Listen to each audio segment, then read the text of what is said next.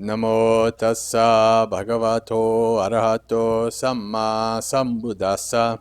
Namo tassa bhagavato arahato samma sambuddhassa. Namo tassa bhagavato arahato samma sambuddhassa. Hello, my friends. So I've been asked to speak on the topic of prayer in Buddhism. And this is a hard topic because, as we may know, Buddhism is actually quite diverse. There's lots of different practices, lots of different beliefs, lots of different ways of seeing the world within Buddhism. Okay? So as somebody who is, practiced and trained and ordained within the Theravada framework, I can't really speak much to, say, the Mahayana or the Vajrayana, other than very surface level things. Right, so for the most part, I'm going to try to focus here in terms of prayer in relation to Theravada and also in relation to the Nikayas, so which is like the early texts, right? So as somebody who was born and raised, in the West, born or raised, Catholic and stuff like that, for me, when I hear the word prayer, obviously I think, growing up when we, don't forget to pray before you go to bed or before eating, let's pray, right? What we're doing is we're praying to a creator God, right? And so that's what we think of when we think of prayer. We think of praying to a God that's going to hear us, and maybe they'll intercede, maybe they won't, right? But in Buddhism, actually it's quite clear that there is no, at least there's no known creator God. Buddha could not find a beginning, right? So we don't know anything about any kind of creation of the universe or the world or anything like that. So it's quite different then, isn't it? And it's actually quite different than most religions in the world.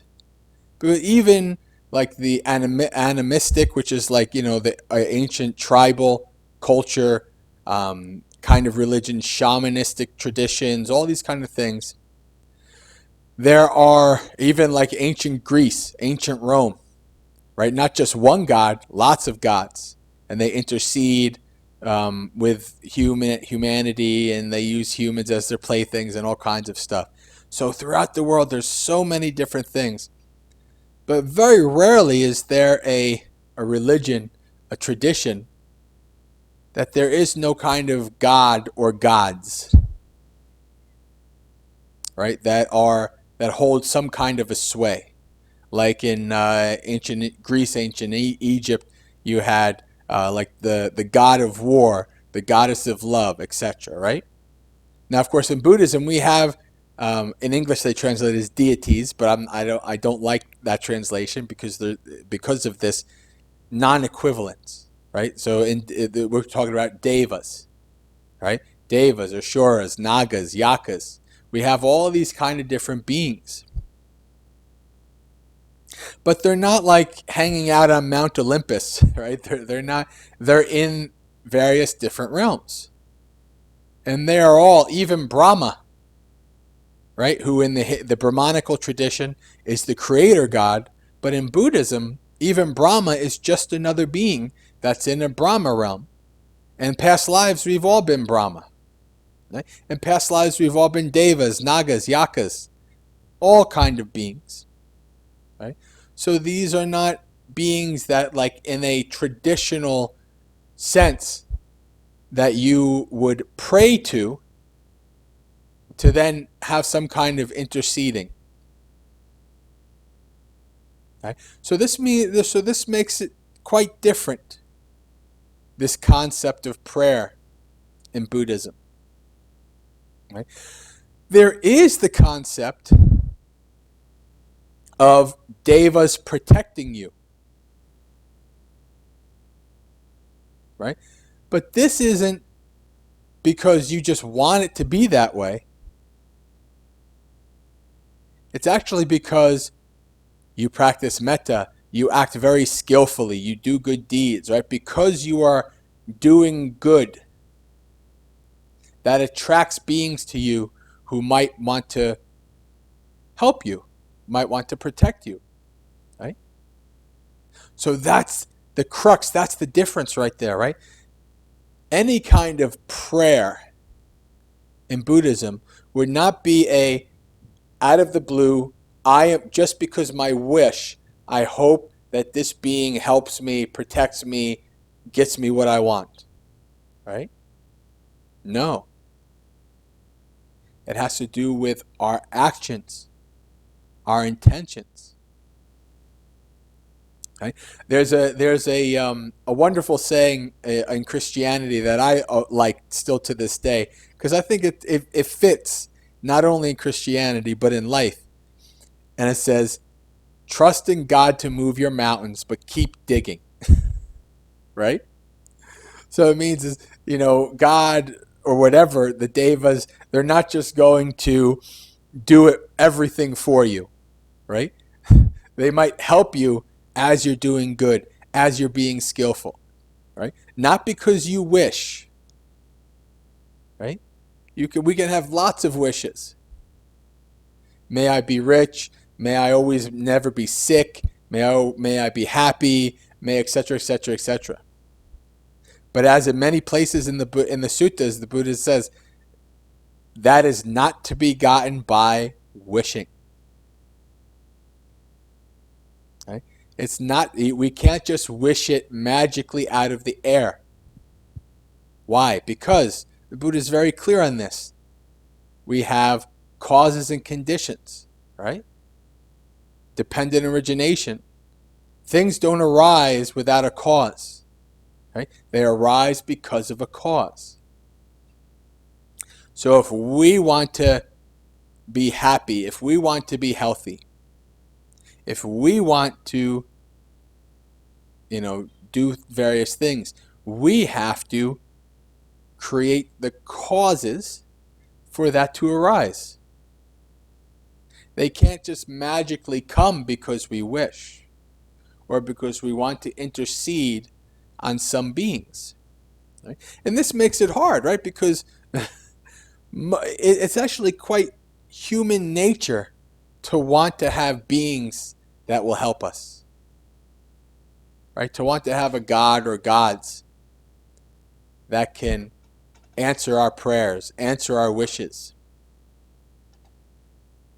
There's nothing wrong with that. There's nothing bad about that. That's just our human nature. That's how we wish. That's what we would want. And so the Buddha comes along and presents this Dhamma, and it's so different. It goes against the stream. Right? That famous saying, no one saves us but ourselves. No one can and no one may. We must walk the paths ourselves. Only Buddhas only show the way. Right? So even the Buddha, right? You can't pray to the Buddha to ask for his help. He's gone. He's done. He's been awake. He's out of samsara. His job is done. He has become extinguished.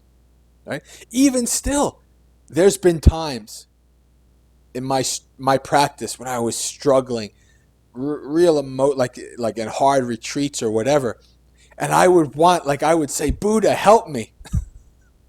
Right? And this is even me. I know that the Buddha's not there to help me, but I have this wish that the Buddha would help me.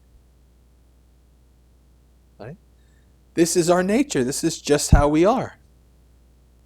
There's no need to be angry or feel that we're stupid because we have these views and these beliefs. But if we're practitioners of the Dhamma, then we know, well, there's no magic that's going to come help me. I have to do it. I have to practice. And then you know what happens? And then as you do that, guess what? Actually, things start to turn around. Not only might devas help you, but also people do as well. You become dear to people, right? And when people see you struggling, they want to help you. Okay? It all started because you started it, not because you wished it. Right? So when we, in my experience in Buddhism, right, I've been a Buddhist now, 13 years. My experience, when I hear prayer in Buddhism, there is this kind of like in Vajrayana, they might have various different beings, various gods that they pray to for various reasons. I'm not from that tradition, so I can't talk deeply into it. Even the little I say might be off. But from my understanding and my perspective, this is part of that, right? And so in that perspective, there is that more of like these beings can actually have more impact on us. Right? But in the Theravada tradition, it's not so much. I mean, there might be ghosts, like, in various Buddhist countries, there's a strong fear of ghosts, so they have the monks go and bless the houses and things like that. But in terms of like something that you can wish towards a being who can actually grant those wishes, no such thing. But what I've heard people say, we'll say, like Karaniya Metta Sutta is a prayer. May all beings be happy and secure. May all beings be well, right? So we say that is a prayer. Right? May this person live long. May this person find nibbana. Right? May this person be free from suffering. Right? We can say these things. Right? And those are actually very powerful. They're very powerful for your own mind. Developing metta, developing compassion and kindness and all kinds of positive, skillful, wholesome qualities. Right? When we say these things, there's no expectation that they magically go through the air somewhere and they go to that person, right? And then that helps them be well, happy, and peaceful. That helps them attain nibbana, etc. Right? There's no understanding of this. I mean, it might be true, it might not. It's not really talked about this way in the suttas. But we do this because this is how we want to live ourselves. We want us to be well, happy, and peaceful. We want us to practice well, to live well. Right? And so we have that wish for others as well. Right? That doesn't mean that they are going to act skillfully. That doesn't mean that they are going to be able to set the groundwork to be well, happy, and peaceful. Right? But we wish that for them, and then we might see that there might be ways that we can help them. Right? There might not be ways, right? Because sometimes we can't help others. Right? Sometimes only they can help themselves, just like that statement with the Buddha, that famous quote. Right? Even the Buddha can't wave a magic wand and then you're free from your suffering. Right? The Buddha can only point the way, can only trailblaze the path, and then you have to walk that path yourself. Because that's what Buddhism is. Buddhism is all about intention. Right? Our intention to perform an action. Our intention to do something. Right? Not necessarily the intentions of others, but our intentions. So it's a very good thing to pray. Like if somebody's sick, right? If somebody is going through a hard time, pray, may they get better. May they have better times ahead, etc. That's a very good thing. No problem. There's nothing wrong in doing that. Not at all. Because it's very beneficial for your mind. Okay? And it's also something that can spur you to do something good for that person. Right? You're not, just because of the power of your mind, you're not going to magically make them better. You're not going to magically take away their sickness or their ignorance. That's not how it works. But you can have these wonderful metta wishes. Okay? You can have that spur you to do good things, to help that person how you can, right? In a skillful, wise way, right? Because we can help thinking that we're helping and actually make things worse. Right? That's where wisdom and insight comes in. Right? So this is, when we think about prayer in relation to Theravada, this is what I would say prayer is. Right? These thoughts, these wishes, these aspirations, an aspiration for yourself. May I attain stream entry. May I become a sotapanna, right? May I practice the Dhamma well. Right? That's a very good thing to wake up to in the morning. You say, may I practice well today. May I be well. May I do good, right? Building up that aspiration. It's not help me be well today. Buddha, help me be well. Help me be good. No. The Buddha says, you are an island. Be an island unto yourself, with yourself as the only refuge, with the Dhamma as your only refuge. Right? So this is a tough message. It's not easy. But this is Buddhism. Right? This is what attracted me personally to it. Right? Because the Buddha is saying something so very different than so many other traditions, religions, practices. My major in college was anthropology. I love to learn about religions. I've learned about dozens, if not hundreds. Learn how human beings live in the world. Right? There's so many different ways. And in many ways, Buddhism is really unique and rare in that regard. Right? That there's nobody to help you. There might be beings that can help you in small ways while you're already doing good, while you're already helping yourselves. But there's nothing that comes by wishing. There's nothing that comes about just simply because you want it to be so. Okay?